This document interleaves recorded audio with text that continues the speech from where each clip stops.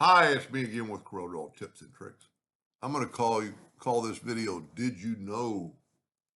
If we take a polygon and make it five-sided, I'm going to go ahead and hit P, but it doesn't really matter. Then select them all with your shape tool and hit convert to curves. And then when you do this, you have these handles. Now, my artistic ability isn't very good, but you could do things like this and round it off and change these points, bring these in. So like I said, my artistic ability is a little lacking, and it's almost kind of symmetrical in a way. It's like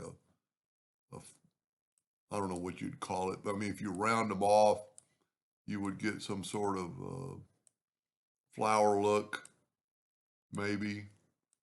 Um, but you have to be careful. I mean, if you're going to try to make it symmetrical, you have to really watch what you're doing. But what's cool about this, and that's why I decided to name it this, if you want it, I'm trying to make this thing a little better. Make this sharp pointer. If you will take this now, it's still under polygon mode. Grab your polygon, and right here, let's tell you what, let's fill it in with, let's use red. You're still in polygon mode. Watch this. You can change the amount of sizes. That's pretty cool. Now, I mean, that looks like paint splatter almost.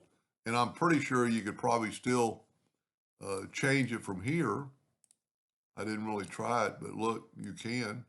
And it's changing. I mean, I always knew this was true. Okay, there's the shape I was kind of looking for. Let me zoom in here. Might be easier to do it in the bigger format or the bigger thing.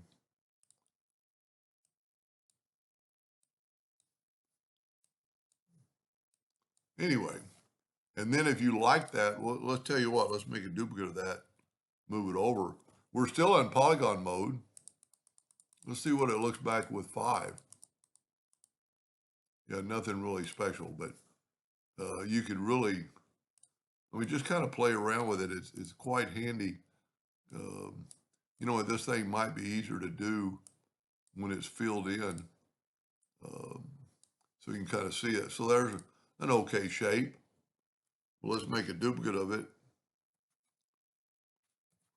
And let me zoom in here. Then you'd have to go back, either that or hit your space bar.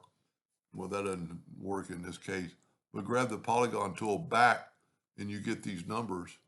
And then you could, you don't have to go up the scale. You could type in 25 and you get that. Then you could always go down to 24 and see which one you like. Anyway, hope that gave you an idea or two, and thank you for watching.